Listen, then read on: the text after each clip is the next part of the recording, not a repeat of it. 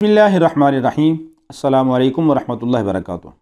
मोहतरम नाज़रीन, क़ुरबानी के अय्याम के अंदर एक ये मसला भी कसरत से पूछा जाता है कि क़ुरबानी करने वाले हिस्सादार जो होते हैं उन सब का मुसलमान होना ज़रूरी है या कोई गैर मुस्लिम अहले तशय्यो में से या मिर्ज़ाइयों में से भी उसमें शरीक हो सकता है। तो ये बात याद रखें कि क़ुरबानी एक इबादत है और इबादत का मुकल्लफ़ मुसलमान है, काफिर इबादत का मुकल्लफ़ नहीं है।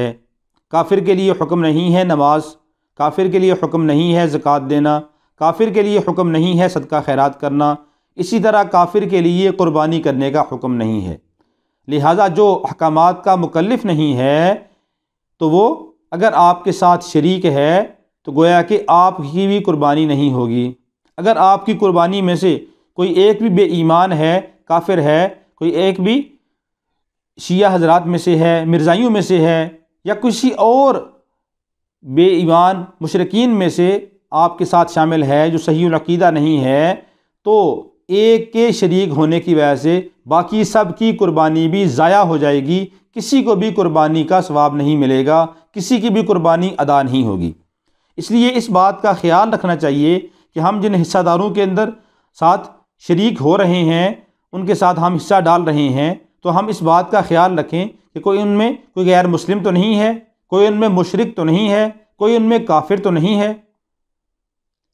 लिहाजा अगर कोई ऐसा आदमी हो तो हमें उनके साथ क़ुरबानी का हिस्सा नहीं डालना चाहिए, अपनी क़ुरबानी को ज़ाया होने से बचाना चाहिए। और इससे बेहतर है कि हम कोई और बकरा लेकर अपनी तरफ से अकेला ही कर लें या किसी ऐसे हिस्सेदारों के साथ हम शरीक हो जाएं कि जो सारे सहीहुल अक़ीदा मुसलमान हों।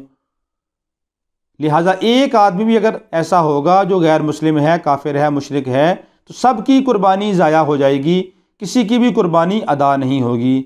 इस मसला को भी हमें ज़हन नशीन रखना चाहिए। अमूमन हम देहातों के अंदर इसका ख्याल नहीं रखते, कहते हैं जी हमारी बरादरी वाले हैं, हमारे रिश्तेदार हैं, महल्ले वाले हैं, चलो जिनको भी शरीक कर लेते हैं। तो जी कौन सा वो अपना नया काम कर रहे हैं, ये हमारे वाले अज़ान देते हैं, हमारे वाला ही कुरान पढ़ते हैं, हमारे वाला ही कलमा पढ़ते हैं। हालांकि ऐसी बात नहीं है, बल्कि उनका कलमा भी जुदा है, उनका कुरान भी जुदा है, उनकी नमाज भी जुदा है, उनका हर अमल मुसलमानों से जुदा है। शिया हूँ या मिर्ज़ाई हूँ, कोई भी हो, तो उनका कोई अमल भी मुसलमानों के साथ मेल नहीं खाता, मुसलमानों से मिलता नहीं है और मुसलमानों के साथ उनका कोई ताल्लुक़ नहीं है।